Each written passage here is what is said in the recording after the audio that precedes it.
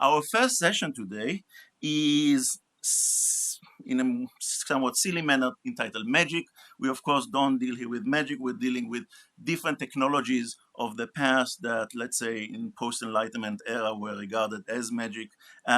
Technologies that at certain times, in certain periods in history, were very much appreciated and very much part of daily practice of human beings around the world. Our two speakers, and the first one is Frank Klaassen, will be followed by Nicolas Weill-Parot. And I ask that you all save your questions to after, and we will have, after the two papers, time for broader discussion. So let's welcome Frank Klaassen, please.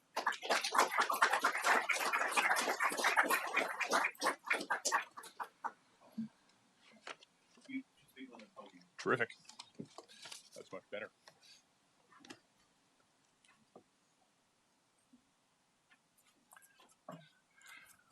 Thank you very much for the invitation here. This is not only an interesting project to take on, but also an intellectual challenge to speak to this kind of a group for a historian to sort of reconceptualize how I would talk about this issue. And I want to start a little bit by talking about differences in conception of matter between the medieval and the modern period. From a modern scientific perspective, everything that makes a thing is reducible to material causes. Human beings originate in a single fertilized egg containing all the instructions for creating what the individual human will become.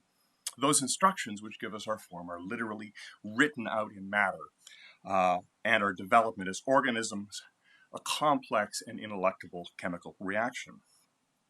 In the medieval world, the role of matter was far less clear. Its ontological status was more ambiguous, and matter itself could not be a thing. To put it in slightly more philosophical terms, matter itself was pure potency, and not technically anything until form was impressed upon it. Any actualized form is matter and form. Any actualized thing is matter and form. There are three critical things we need to take from this. First, the conception of matter in the modern mechanical universe is, from this perspective at least, more active than the medieval one. Modern matter is by definition actualized, rather than being pure potency. It's also the most significant determining principle in the creation of ourselves and the world around us. Although, of course, there are ambiguities that have been raised when we're talking about quantum physics. Second, and more to the point, medieval magic, which I was asked to talk about, does not deal with matter on its own, but it deals rather with material things, composites of matter and form, and the distinction is absolutely crucial. So I'll be talking about material things, not matter in itself. Not this pure potency, but this bit of gold or this bit of gold that happens to have a sigil of the sun inscribed on it, or this hazel twig, 1 year's growth of the hazel twig with the names of God inscribed upon it, which becomes a wand. Medieval material things certainly were active, and active in ways that they are not in the modern world. Third, if a thing is matter impressed with form, then the medieval notion of a thing encompasses a good deal that we might not regard as material things. Although there are varying points of view on this question, let me give you one example, particularly salient to magic practice. According to the Arabic philosopher Al-Kindi, the words "I am speaking," the uttered words, would have to be regarded as things, since they are accidental forms temporarily impressed on the air. Smells, and curiously enough, gestures, would also have to be regarded as things of this sort. So are ideas or images in the imaginative faculty of the brain. So the list of what we might regard as material things could also be considerably larger in the medieval world. I'm not going to go any further down this road, since this is more the territory of my esteemed colleague, Nicolas Weill-Parot, who can take you more fully into the debates of hylomorphism and such matters than I can do, and far better than I. I want to turn instead to the role of matter and the arrangements of things in the literature of ritual magic. and in particular the literature of necromancy, that is to say, the conjuring of spirits. I'm going to be making here two general points about material things in this form of magic. And I think the first is far from earth-shattering, that the magic takes advantage of a worldview that assumed a powerful web of ontological relationships among things in the created world. A point of view variously described as the great chain of being, or the Renaissance episteme, or what have you. The second is that some of the key contributions that things make to magic can only be derived through their absolute passivity. They're being rendered transparent or pure or commodious to the reception of higher powers, or being arranged in the proper fashion.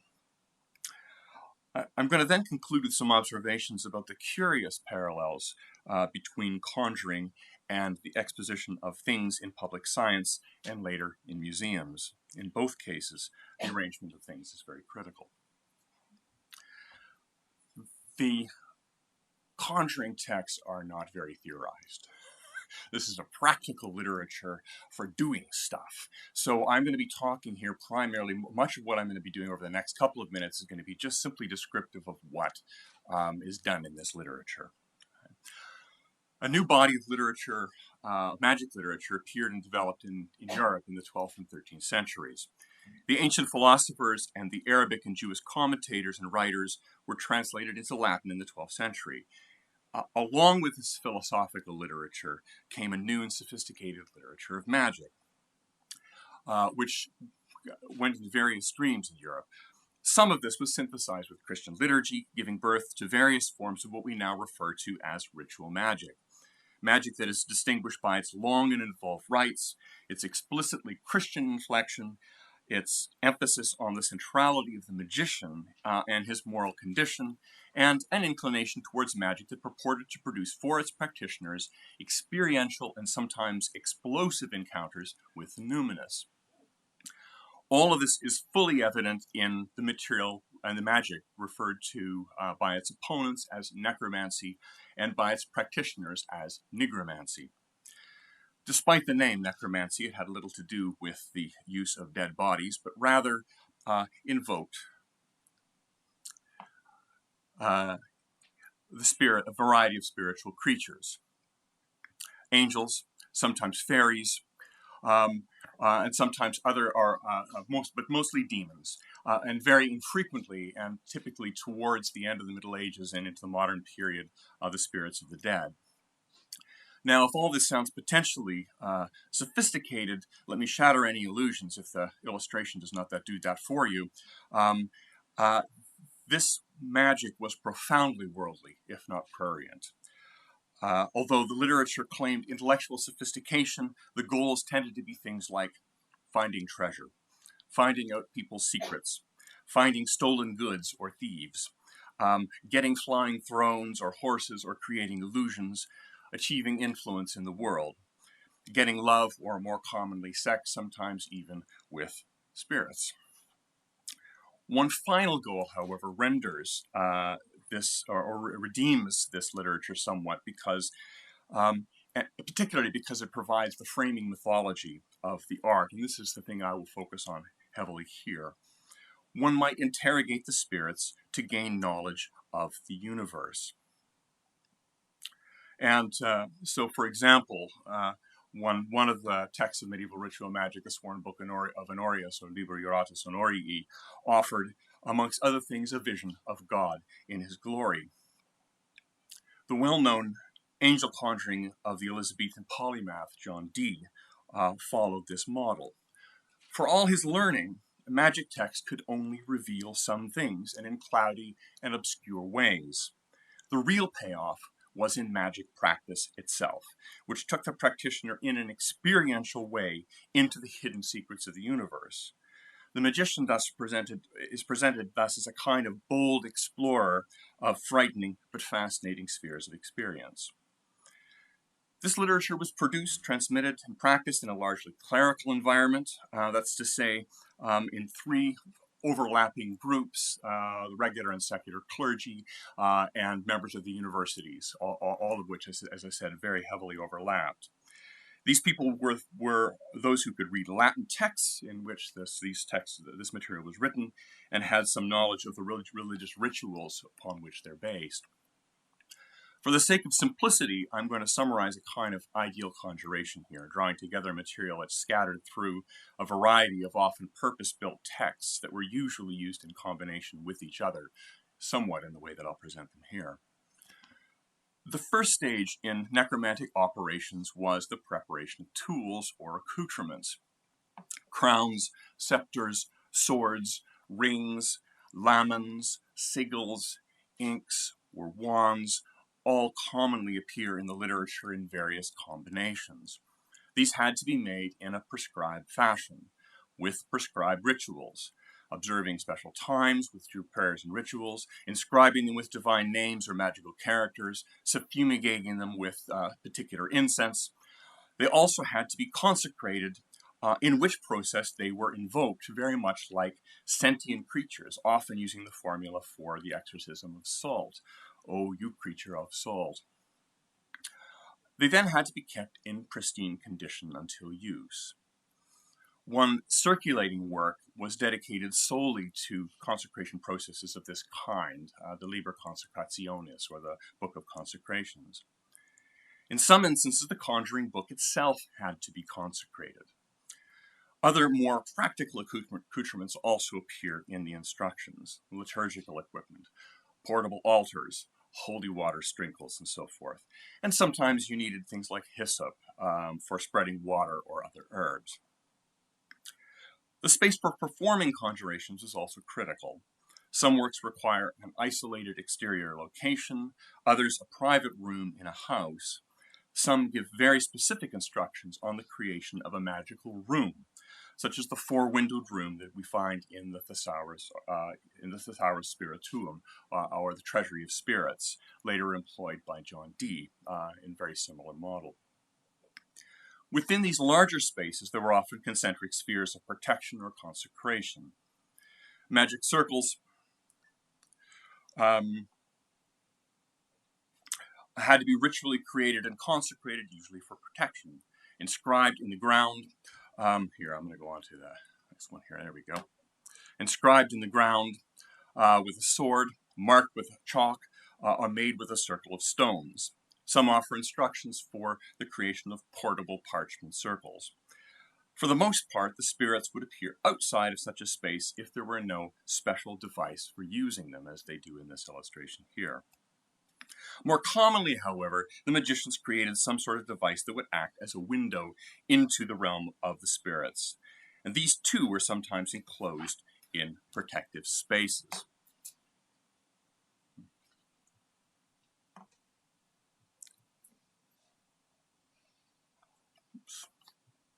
These devices include mirrors or crystals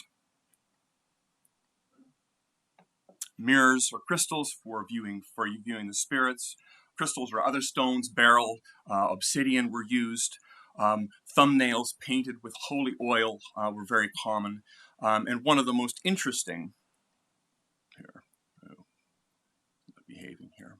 one of the most interesting devices, I think I can get this to animate here, here we go, is the Holy Almond Doll. And this is a model we built for a museum exhibit some years ago. The idea behind this is, and I can give a little bit more of the history of the device here, the idea is that you can scry for angels in the smoke that rises up from underneath this item. And beautiful convection currents actually created by the candles. People involved in the operations can be divided into three groups: the master, who performed the rituals, interrogated or commanded the spirits, and interpreted the results; the scryer, who actually saw the spirits. Typically, in the Middle Ages, this was a virgin boy or girl of around 10 years of age, but frequently was an adult, particularly later on as we move into the 15th and 16th centuries, and sometimes also the master himself. He was also usually accompanied by a group of people, his compatriots, who were sometimes present simply as an audience, but also sometimes as assistants. The condition of the people involved was also a critical element in the operation. First, one had to make oneself as pure as possible. Necromantic operations generally only required 3 days of sexual abstinence and periods of fasting, but it could take months. The preparation of human beings certainly took longer than the preparation of the material items. And just prior to the operation, confession and communion were strictly required so that you could enter into the operations in a state of grace. The operations then had to be conducted at particular times. The moon had to be waxing. Most require operating in particular planetary hours and days. It was also critical that there be clear atmospheric conditions. Light, whether sun, moon, or starlight, was essential, hence the four-windowed room of the Thesaurus Spirituum. It was also necessary for it to be, the weather to be good. The actual invocations, which fill most of the pages of conjuring manuals, are thus actually a relatively small part of the very long process of preparing the operator and his tools. The conjurations are long and gruesomely repetitive and cite the power of God and various holy creatures from the Trinity down through the angels and saints right down to martyrs and virgins and also frequently various material things, sort of like literally go down the great chain of being right down to material things, the elements and so forth. They also invoke historiola, or short biblical stories in particular, particularly the Passion and the instruments of the Passion.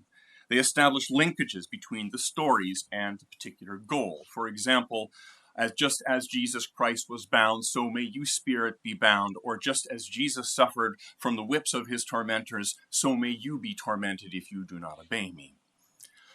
Finally, long lists of divine or mysterious names commonly had to be recited. The conjurations might not work immediately, and it's possible that one would have to repeat them many times in order to succeed. A number of manuals mention this fact explicitly, and some texts talk about literally learning how to make this work. The spirits would then putatively appear in the circle, outside the circle, or most commonly in the scrying device. And this is the key moment, the payoff for perhaps months of preparation when your window into the numinous was activated. So how was this all supposed to work? There are two aspects of the ritual I want to emphasize and explore in more detail.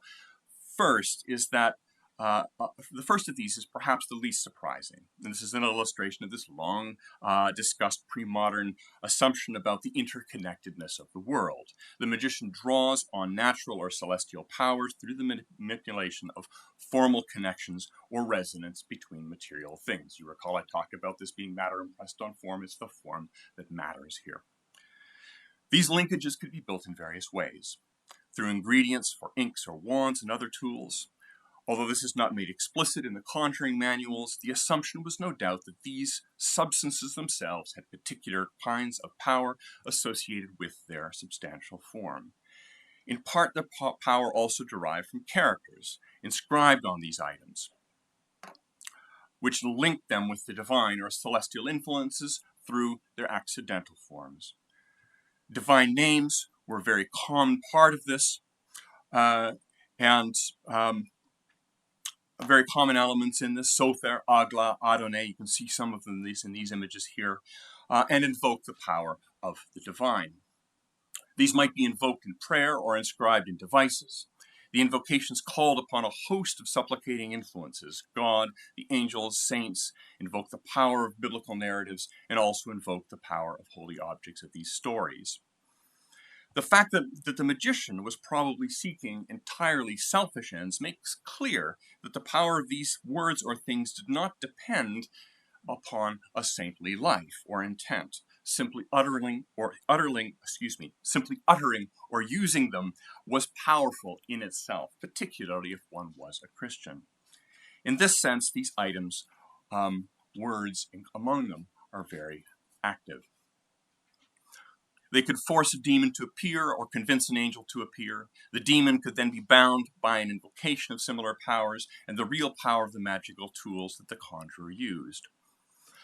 The second mechanism was one in which matter was made conformable to the reception of spirits into the devices. The magic sought to prepare commodious places and times, the use of specific kinds of incense that was pleasing, the correct astrological moments, a waxing moon, and clear atmospheric conditions, which were literally like good weather for the spirits. For angels, a consecrated space made its appearance in a device less repugnant. Part of the goal of many of these operations was also to make materials more transparent, to facilitate perception of the spirits.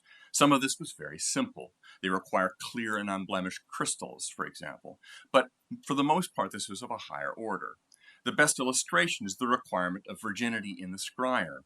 This combined moral and physical condition made their perception of spirits more keen. Assuring that the operator was in a state of grace operated in a similar manner in addition to protecting him. The fact that moral and physical cannot entirely be teased apart reflects Platonic assumptions about the corrupted nature of matter, and also that matter, or material things, including the operator, needed to be purified in order to make them efficacious. This assumption infuses the magical literature and derives ultimately from Neoplatonic traditions like theurgy. A properly prepared body and spirit could literally enhance one's ability to receive illumination or engage with spiritual creatures. What's curious about these consecrations and purifications for the human is that they serve to emphasize the embodiedness or the materiality of the magician and his associates. They had to be purified like the material things. They were the material things were invoked as if they were sentient things. And in fact, it took a good deal longer to purify the human beings and to prepare the human beings than it did the material objects themselves. In fact, it took the most powerful active matter in the medieval world to accomplish this preparation, the transubstantiated host that they received in communion. The result of this is arguably that the rituals paint a picture of an almost filial relationship between material tools and the magician. In fact, his body is one of the magical tools. In short, to come back to my point at the start, the instructions seek to compose a complex set of elements within the material world. These are active due to their formal connections with higher powers or as commodious points of transmission for it. All of their power was focused on one key object or location, the scrying device, and on one key process, forcing or convincing spirits to manifest themselves in visible, possible, and possibly audible form. Insofar as the goal was learning or gaining information, this kind of magic sought the production of meaning. Although I don't have time to explore it, the tools and techniques they used were clearly developed to produce rich and convincing fields of signification, literally to leverage the production of meaning. So let me summarize the key features of conjuring magic. It seeks through these visual means to get access to the numinous or sublime or transcendent. The experiential aspects of the art are absolutely central. You succeeded only when you actually saw, heard, smelled, spoke with the spirit. These experiences are most often mediated through a carefully contrived and singular device. The process is enhanced by a kind of symphony of power and resonance in material things. The tools, the space, the special times, the preparatory ritual, and so forth. It involves periods of psychological conditioning or preparation and material arrangements which enhance and facilitate the production of meaning. It involves the preparation of the human being, literally, as a material tool himself. I use the gender specific here because they were almost uniformly male. Finally, it is worldly and secular to the degree that it is performed for worldly ends, without official sanction from the church, and more or less in private for an individual or a small group, unlike the largely public and large group rituals of conventional religion. With your indulgence, now I'd like to provide a kind of coda for this discussion by reflecting briefly on early modern and modern analogs for this process. In some ways, I'm going to go in the opposite direction for the historian, move from the conjuring to the modern world, medieval conjuring to the modern world. A remarkable illustration of all of these elements can be seen in the well-known painting by Joseph Wright of Derby, an experiment with a bird on a bird with the air pump. It clearly depicts the public performances of scientific experiments common in the 18th century. These are driven by the culture of curiosity and public science, which also drove the creation of the modern museum ultimately, or is intimately interwoven with it. What's less obvious to a modern viewer is how closely the scene reflects the operations of spirit conjuring. This is a private and secular operation. We have a clear master of operations. We have a group of compatriots bravely seeking knowledge of the hidden structure of the universe and truths which are fascinating but also potentially frightening or disturbing. To do this, they employ a carefully contrived device. The visual conceit makes the private nature of this operation starkly obvious. They are literally enclosed in a circle of light. Derby's other paintings reflect similar kinds of idea, the discovery of phosphorus by an alchemist, and even perhaps Rembrandt's anatomy lesson have very similar kind of feel and structure. For all my trying, I cannot come up with a modern analog for conjuring that is closer than the modern museum. Going to the museum is an intentional act undertaken at special times. I'll go to the Met, I'll go to the MoMA when I come to New York. It's perhaps analogous to a pilgrimage, but it is secular. One may do this alone or with small groups, but it is not a large group activity like a religious ritual where one focuses together on a single item. It is more anarchic, if you will. Museums are carefully contrived spaces. They take the viewer through concentric spheres of isolation from the world.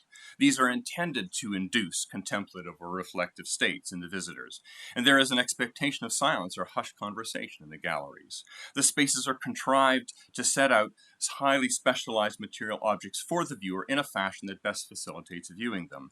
They're arranged to privilege the individual viewer or small groups. And it goes without saying, they are all about experience. The objects set out in museums are there because, at very least, they point beyond themselves, but also because they are understood to draw the viewer to the sublime, the numinous, or the transcendent. These objects are more often than not devices for reflection and the production of meaning. And curiously, the language surrounding museums and their content echo conjuring processes. Museums are literally the seat of the muses, the gods of inspiration. We even use the word genius to refer to works which are truly singular, which is to say, and which ultimately derives from the Greek, or for the term for a tutelary spirit. So the similarity of the museum and its contents to the process of spirit scrying is actually remarkably extensive. I don't want to suggest here that one sprang from the other, despite the sketchy genealogy that I proposed. The resonances here probably derive as much from the nature of human psychology, particularly as it relates to our relation to spatial or sacred objects, or generating contemplative or reflective states in the production of meaning, and so forth. Contemporary or conjuring of spirits commonly appears in medieval stories, and almost every case these stories emphasize how it was the product of undue curiosity or fascination that might get you into deep trouble. What drove people to it was the desire for personal experience of something powerful, mysterious, and potentially terrifying, something beyond the ordinary, a glimpse into the hidden machinations of the universe. In a less dramatic way, we see similar goals through the carefully contrived spaces in our museums, even if we don't explicitly invoke the muses or seek tutelary spirits. Thank you.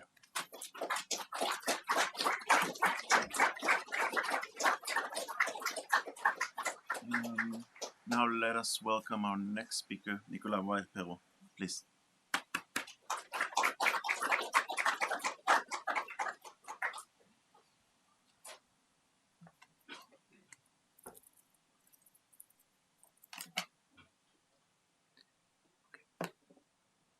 Well, firstly, I wish to thank Professor Peter Miller and Professor Ittai Weinryb and the Bard Center for inviting me.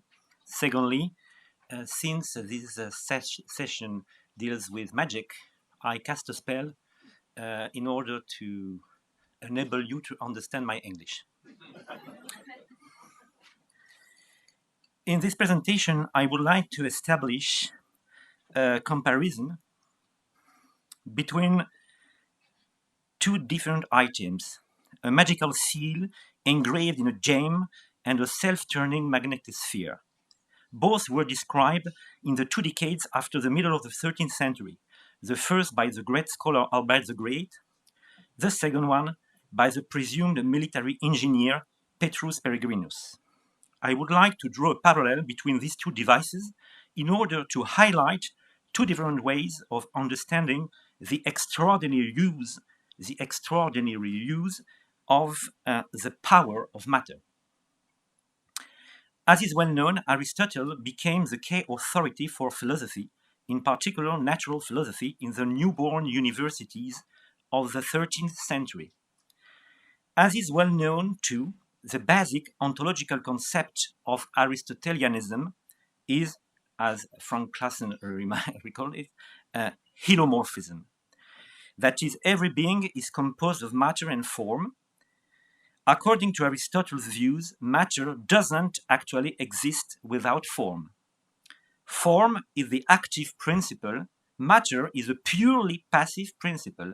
Nevertheless, as we know, several medieval commentators of Aristotle's works tried to bring some dynamism to matter. But this debate was laid out at a metaphysical level. First and foremost, it dealt with the union between primary matter and form. Now we shall leave this metaphysical level and go to the physical level, that of matter as it exists in nature. Helomorphism, as a universal rule, also plays a structural role at the physical level, namely the union between form and natural matter, sometimes called secondary matter. That is, an existing matter, a matter that has been previously informed. This was the conceptual place where the speculations were located, which I'm going to address now. Wonderful powers were ascribed to stones, especially gems. Many traditional lapidaries from Greek, Latin, or Arabic origins display a list of gems with their corresponding powers. The De Mineralibus, Book of Minerals, written by Albert the Great between 1251 and 1254, contains notably a lapidary of this kind. In an alphabetical order, it gives each stone its specific power. For instance, chalcedony is efficient against fanciful illusions arising from melancholy. Garnet has the power to gladden the heart and dispel sorrow. Albert writes that the cause for the power of stone is hidden, occulta. This explains why many people doubt about the powers ascribed to them, such as curing abscesses, expelling poison, reconciling the hearts of men, bringing victory, and the like. Assuredly, these skeptical people rightly state that the components of the stone, which mean the manifest qualities of the matter, heat and moisture, hardness, and capacity to be acted upon, these manifest quality cannot give an accurate account of these wonderful powers. But to counter this skeptical opinion, Albert the Great puts forward the example of the magnet, which attracts iron. Albert lists 4 wrong or incomplete opinions concerning the powers of stones. These opinions can be divided into 2 groups, those which locate the whole principle of these powers inside matter, and those which ascribe the origin of these powers to a principle entirely external to matter. The first group only includes the opinion of Alexander of Aphrodisias, who asserts that the power actually stems from the complexion, that is, the mixture of the elements. The second group of wrong opinions includes the opinion of Platonists who ascribe these powers to the separate ideas. This second group also includes the opinion of Hermes, who locates this power in the stars without giving real explanations based on natural philosophy. And finally, the second group includes the opinion of Avicenna, who, at least according to Albert the Great, ascribes these powers to celestial imaginations. Albert rejects all these views. In particular, he discards the materialistic views attributed to Alexander of Aphrodisias for two reasons. The first one is because the powers of stones are so wonderful that they do not match with the ordinary effects of the mixture of primary qualities.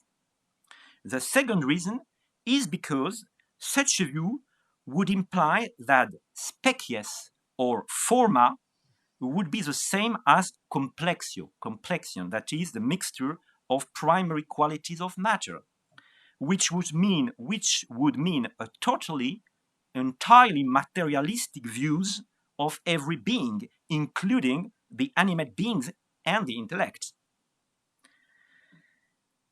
Albert gives his own view. The power of stones, especially gems, stems from their spaces, that is, actually from their specific form. Following Galen's path, Avicenna, in his Canon of Medicine, Avicenna had made a distinction between two kinds of drugs. The drugs whose powers stem from their primary qualities, called warm, moist, wet, and the mixture of the qualities, complexio. That is the first kind of drugs. And the second kind of drug are special drugs whose powers stem from their specific form. The power of scamony to attract the bile and flush it out is not ascribed to its primary qualities, but to its specific form. The attractive power of a magnet was also explained as a result of its specific form. The property stemming from the specific form was later called occult property because it was hidden to sensitive perception and therefore could only be known through experience.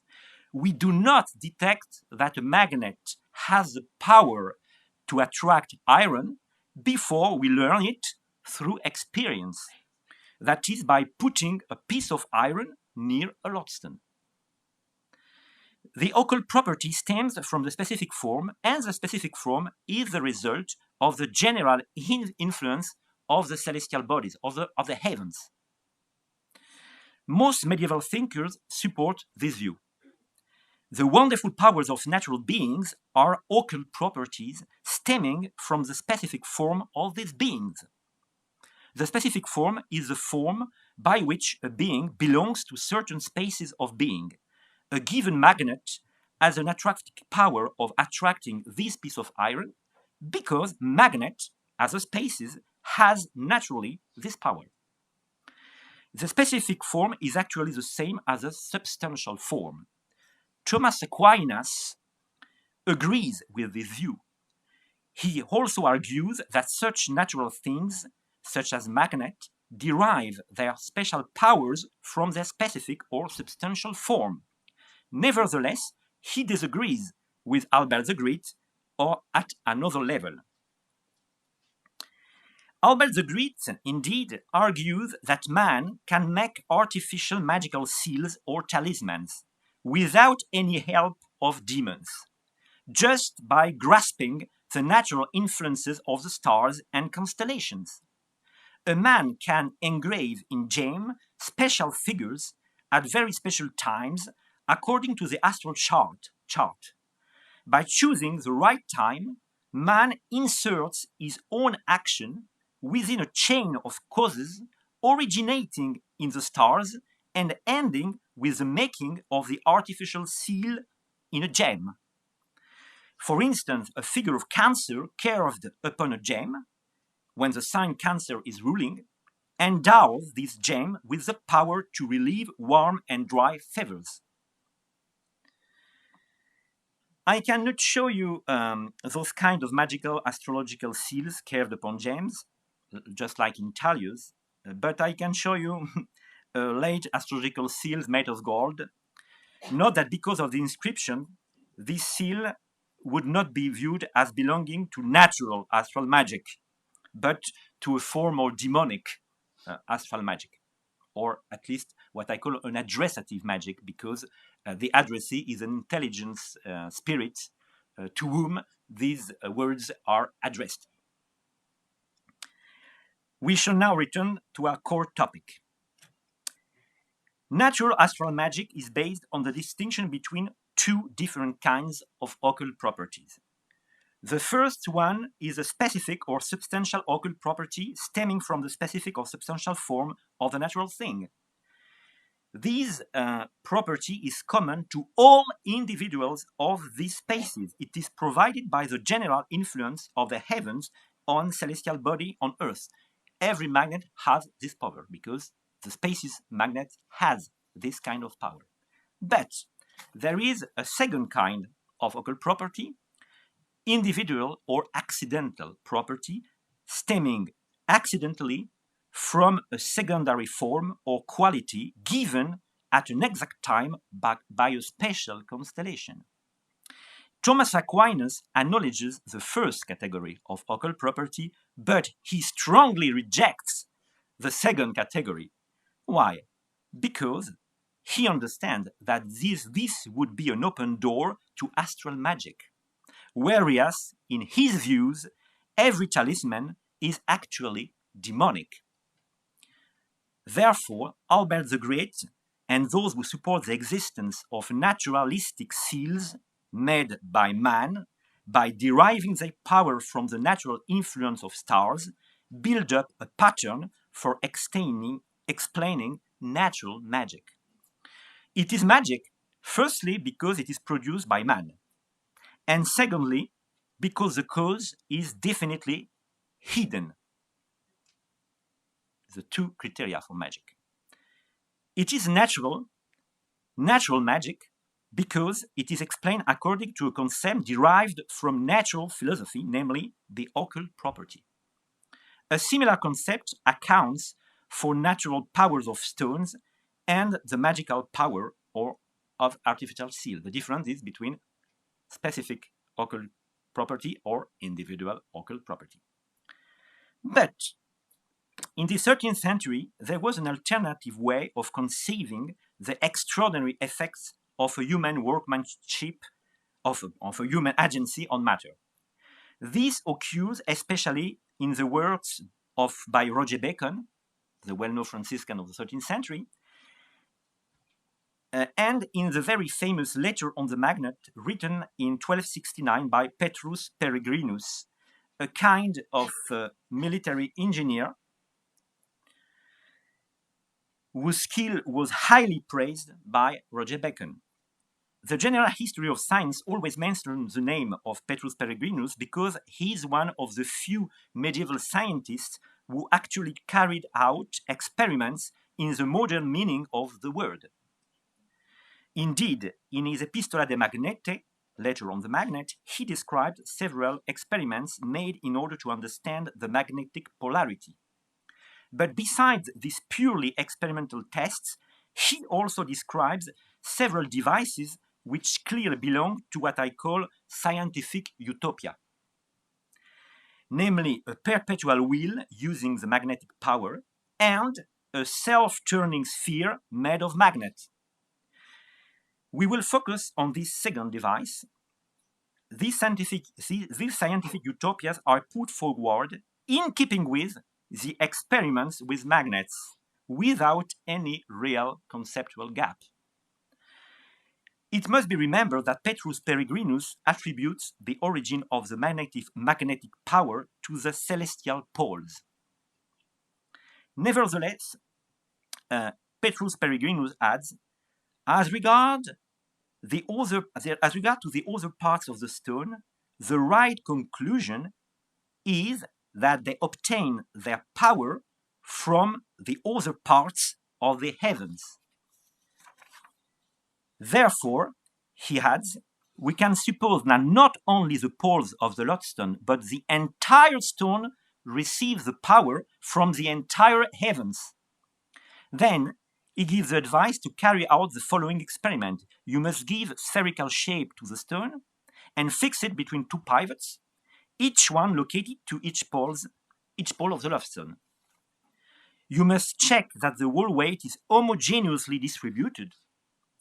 The device must be located on the axis of the meridian, the pivot resting on the poles. And writes Petrus Peregrinus, if the stone turns according to the motion of the heavens, be delighted that you have discovered a wonderful secret. And he adds that if it doesn't work, you must ascribe the failure to your own lack of skill rather than a defeated nature. Certainly a very useful remark for such a utopian project. And in magical text, we also often find this such cautious remarks. Petrus Peregrinus makes clear the astronomical use of such a device. With such an instrument, you will need no timepiece, for by it you can know the ascendant at any hour you please, as well as all other disposition of the heavens which are sought for by astrologers. This remark implies that the craftsman engraves a complete celestial chart on the sphere, showing planets, stars, and constellations. Therefore, Petrus Peregrinus describes an armillary sphere which moves itself according to the motion of the celestial sphere. This would indeed be an astronomical clock directly connected to the motion of the celestial vault. Why did I choose to display and compare these two cases? Namely Albert the Great's astrological seals on stones and Petrus Peregrinus' self-turning magnetic sphere? Because they exemplify two different ways of using the power of matter, two different approaches of the dynamism of matter. What are the common features between the self-turning magnetic sphere and the astrological seals? Three common features can be listed. Both the astrological seal and the self-turning sphere are artifacts. They are made by workmanship. Second, both of them take their power from the heavens. The matter transformed by human agency receives its power from the celestial world. The astrological seal of Aries receives its curative power from the sign Aries under which it is made. The self-turning sphere receives the power to turn from all the parts of the heavens. We must recall that according to Aristotle's view, both powers are called motions, that is, changes. The turning of the sphere is a local motion, whereas the curative power of the astrological seal is a qualitative motion, an alteration. Third, both of them are made according to a figure which bears a similarity to the alleged source of their power. The astrological seal represents a zodiacal sign, for instance, the figure of Aries, because it is supposed to derive its power from this zodiacal sign, Aries. Petrus Peregrinus' sphere imitates the whole heaven, the shape of the whole heaven, through this round shape, spherical shape, because its self-turning motion stems from the whole celestial vault. These figures are active. They play an active role. The astral figure carved upon the stone is responsible for the reception of the astral power. The round shape and the spatial position of the magnetic sphere explain why it turns. Therefore, is the self-turning sphere a talisman, like an astrological seal? Obviously, the answer is no. The two devices differ in the way that they use the natural occult power of matter. We can point out two great differences. First, astrological seals belong to natural astral magic. They are based on the artificial use of individual occult qualities, occult properties. Whereas Petrus' magnetic sphere is based on the artificial use of specific occult quality of the magnet. This explains also the second difference. The workmanship of the magician carving a figure, the agency of the magician, on the gem plays a role in the reception of a new power by the matter. Whereas the work consisting in giving a spherical shape to the magnet does not modify the power of the magnet. It only enables the equal reception of the celestial influence by all the parts of the magnetic sphere. The astrological seals belong to natural magic. The self-turning sphere should be included in what I call scientific utopia. Natural magic and scientific utopia have in common a claim to marvelous effects, thanks to human art, human agency. But they must be distinguished because natural magic needs to keep a part hidden to exist as magic, whereas scientific utopia can assume to know all causes without losing its definition as scientific utopia, even if Petrus knew the real cause of magnetic attraction, its project would remain a scientific utopia. Finally, these two 13th century examples show two ways of exploiting the dynamism within matter through human agency in order to produce wonderful effects. Both of them are naturalistic, meaning that no supernatural or demonic forces are requested, but they imply, obviously, two different approaches of the power of man on natural matter. Thank you.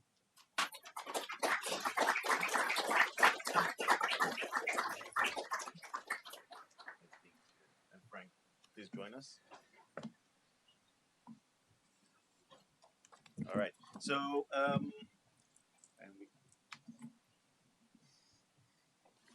can you turn on the lights, please? All right, thank you. We have about 10 minutes for questions. Anyone would like to speak? Yes. Thank you very much, both of you, for wonderful presentations.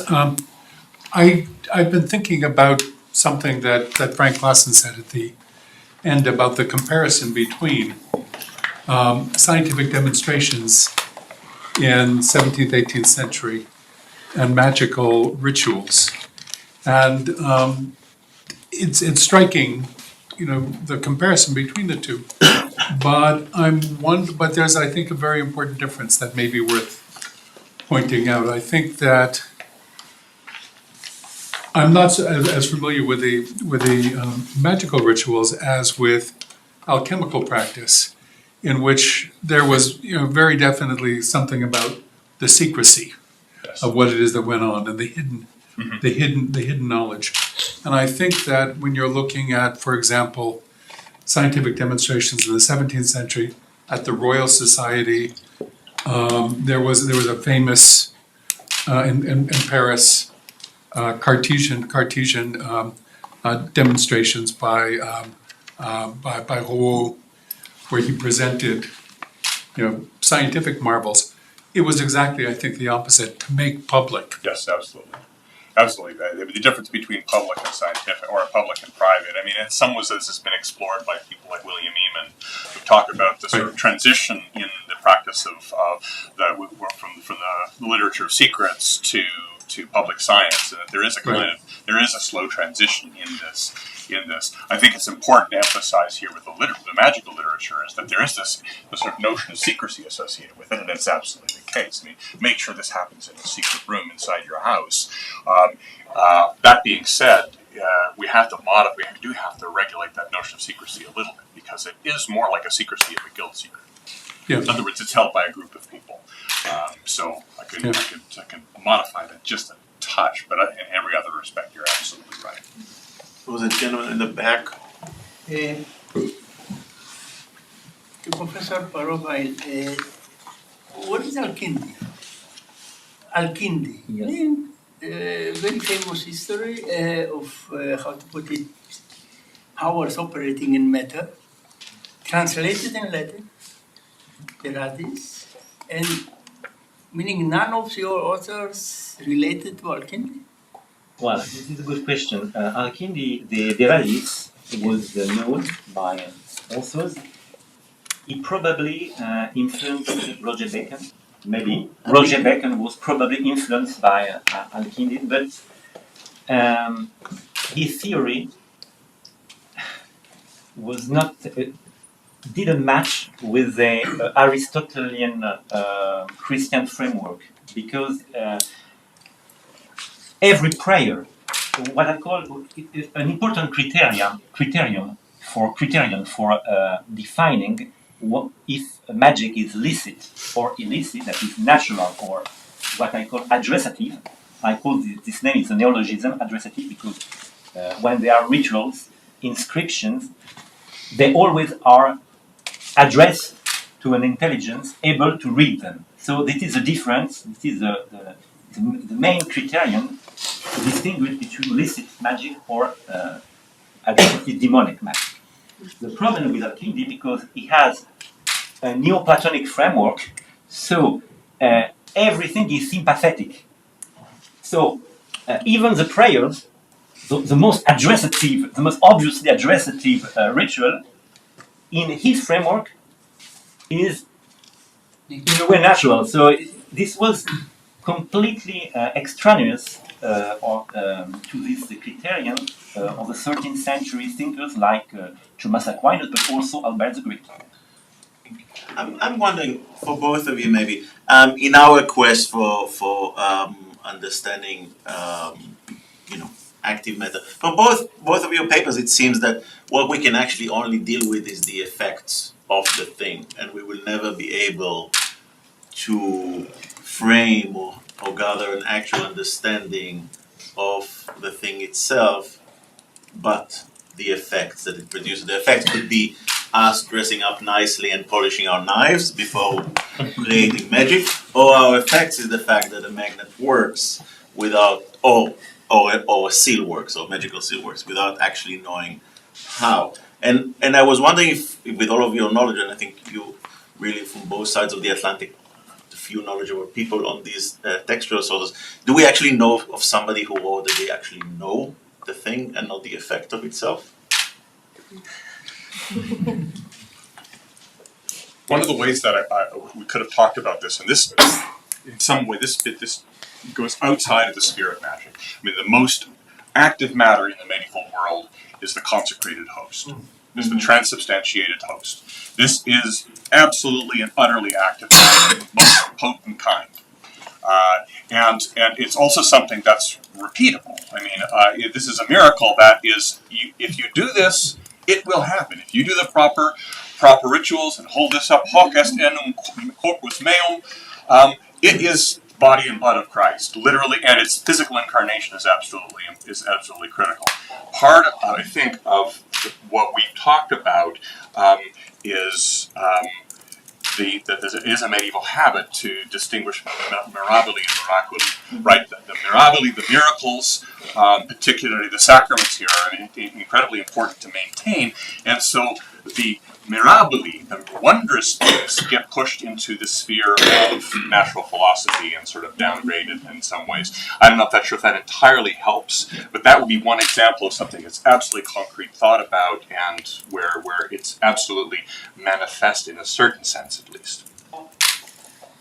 If I can answer concerning science, the effect, we can know the constitution of matter concerning if we try to explain ordinary effects, that is the mixture of primary qualities, and you can touch spot, swarm, it's called, etc.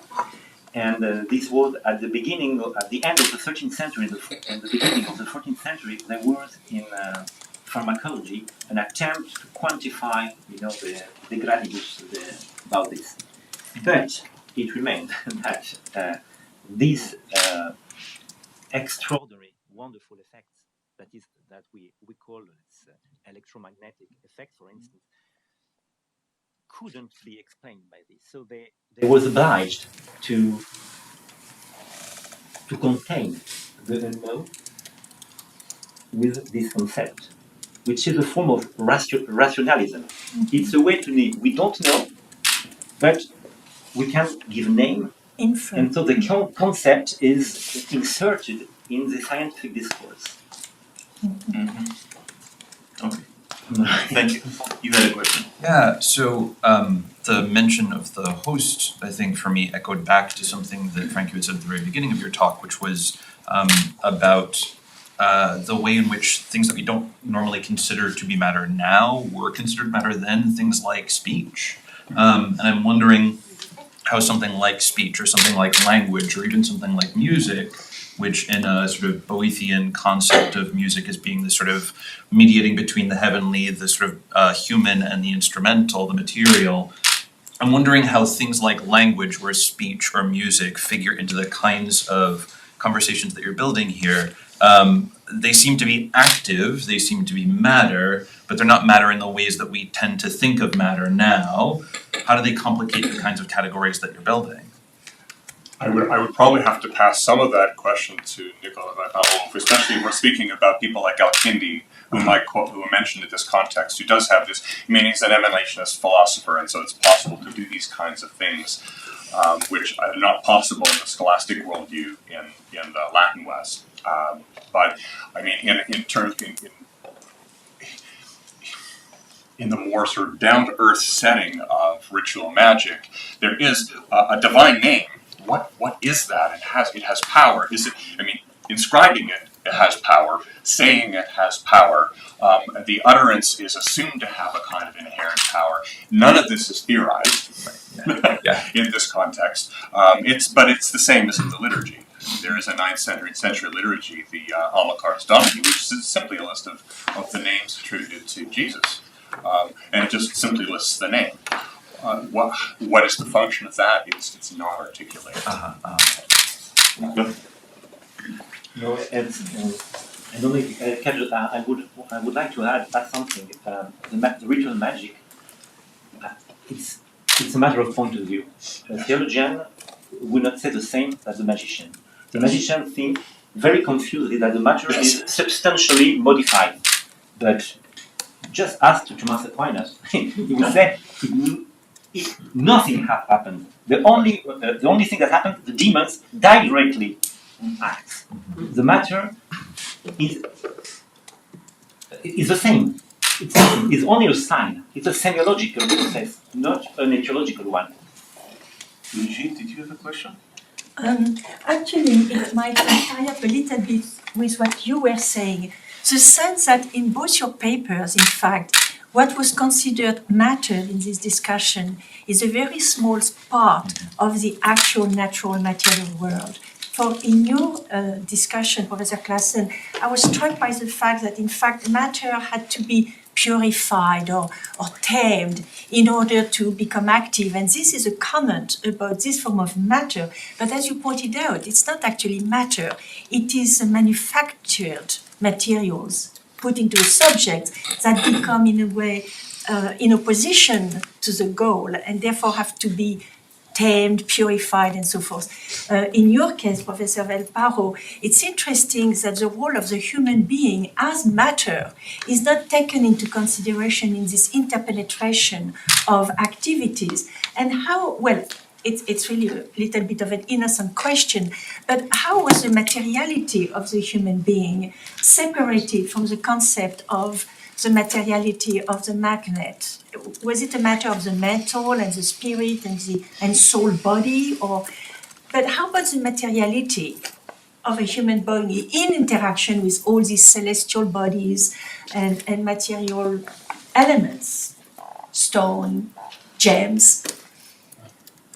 Well, I mean, this is one of the things that prompted this talk, actually prompted me to think about, which I frankly had not thought about before, which is the level upon which human beings in this process are reduced, in particular in ritual magic, into their embodiedness. In some ways, the rituals are very, very similar between the two. I mean, you invoke the, O creatures, O you creature of earth, O you creature of salt, when you're purifying the various instruments that you're doing. I mean, you're invoking them as if they're a sentient being. Human beings have to be purified in the same kind of way. I have to emphasize here that part of the problem for me that's raised by our discussion here is the theoretical questions, right? These are largely Platonic assumptions, right, about the corruptedness of matter, and so there are these multiple traditions, Platonic and Aristotelian and others that sort of mix through all of this, which really complicate the theorization behind this, and it's very evident in magic because it mixes all of this stuff up, and without really, particularly in my material, which is not very intellectually sophisticated in the same kind of way, messes up these boundaries, and so the theorization becomes very problematic. So. I don't know if we answer exactly to your question, but when the man makes a talisman, in the text, it is not materiality but body, the bodily part. Mm-hmm. And so the stars cannot influence the soul, but it can, as you know, influence the body, and then the body brings an impulsion to do something. So sometimes it is a purely passive process, but in the De Mineralibus, Albert the Great explained that it's voluntary. You see the right time, and you became voluntary part of the chain between the stars and the terrestrial matter. Yeah, it's Peter Miller. Yeah. So these wonderful papers have been about the use, and I'm interested in the reuse, or more to the point, do these texts give any indication about how you preserve these items, objects, for their reuse? That's the factual question. And the sort of more speculative one is, do magical objects have magical conservation treatments? Or, in fact, does the conservation treatment break down along the same lines of matter and form, that actually you can just clean the doors with a cleaning agent, like using Ittai's example, even if the doors are supposed to have magical properties? Preservation, absolutely. You have to, when you've consecrated the object, it has to be wrapped in a clean cloth and preserved, because you need to keep it physically pure and separate. So there is that requirement of doing that.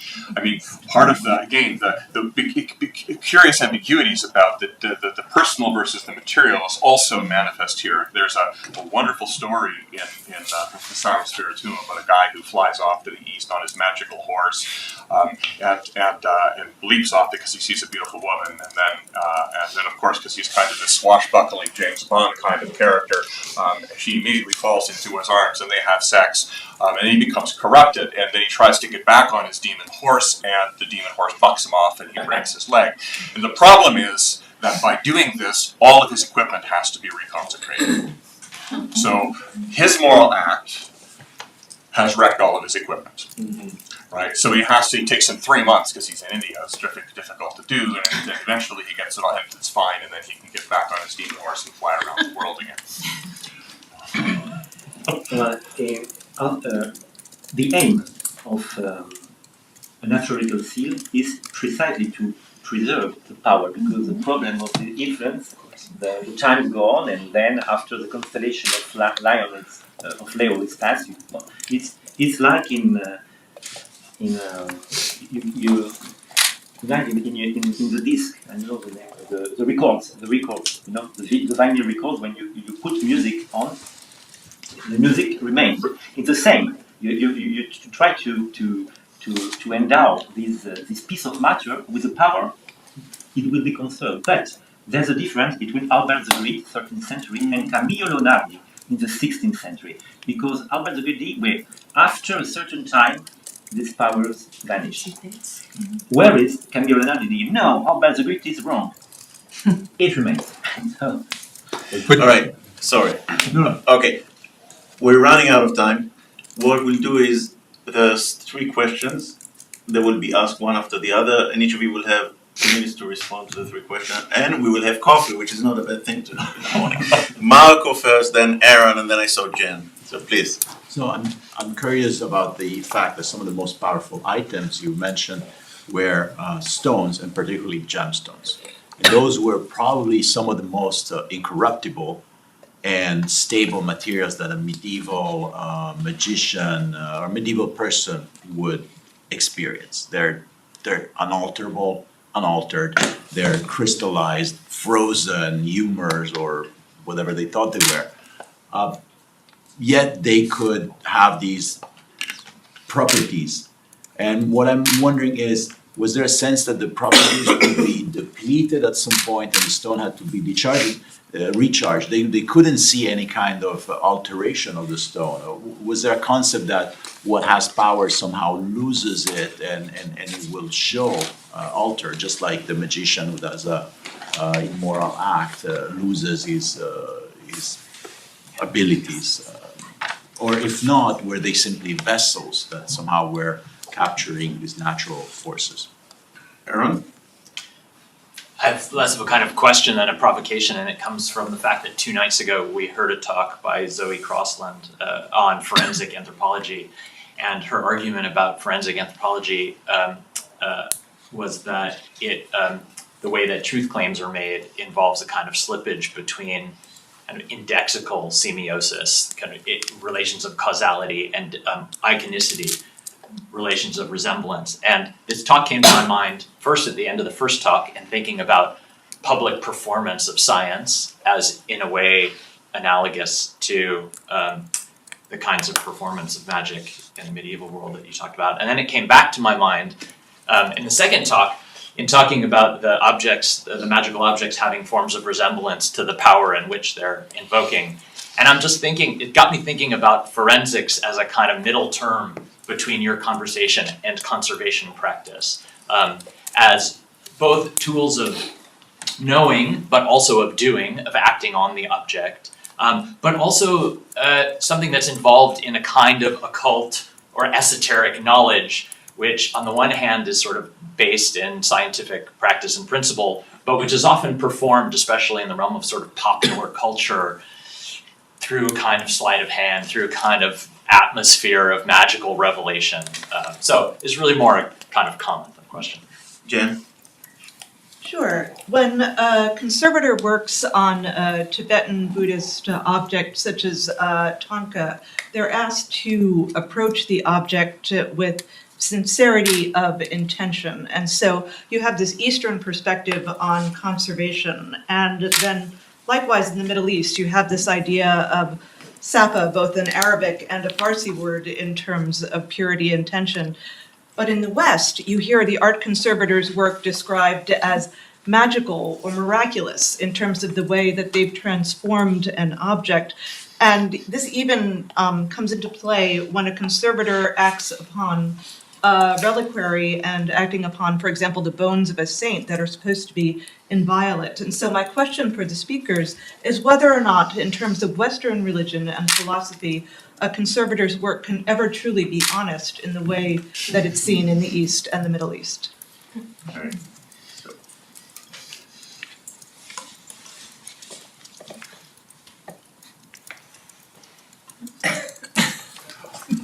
With respect to the question about gems, I think this is probably more your territory than mine, but I would say there is a text, and I'm curious to know what you know about this too, that commonly accompanies works on gemstones that is a consecration for them, which I assume is meant to purify the stones and somehow enhance their power. I don't know. I've never seen it theorized and never seen it talked about. In the Mineralibus, Albert the Great explained that gems are particularly able to these powers because of their material, which is purest, the purest material. So this is why I suggest to use this kind of thing. Any responses for the second and third questions? On the question of honesty, I find it a curious thing. I mean, I think in some respects, magic is absolutely honest. I mean, the kind of material that I've raised is absolutely, there's kind of a good faith about it, which is absolutely direct. It's very clear about what it's doing, and there's a kind of existential honesty about it. So I'm not sure exactly what you meant by honesty in that sense. I meant in terms of the conservators' action on objects in the West, we're making it appear as if matter is not active in some sense, as if time has not passed between, for example, the 400 years since a painting was made and as we view it today.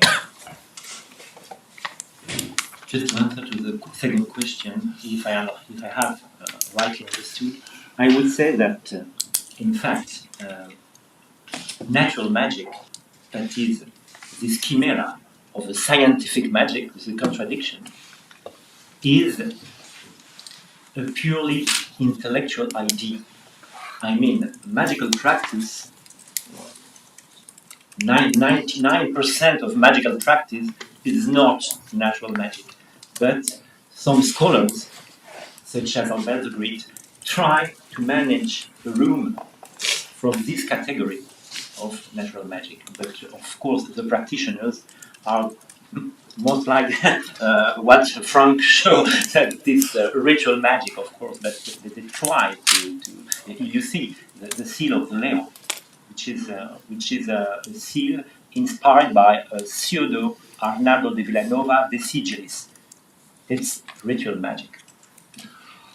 I have an answer for you here. It took a little while to sort of digest the question.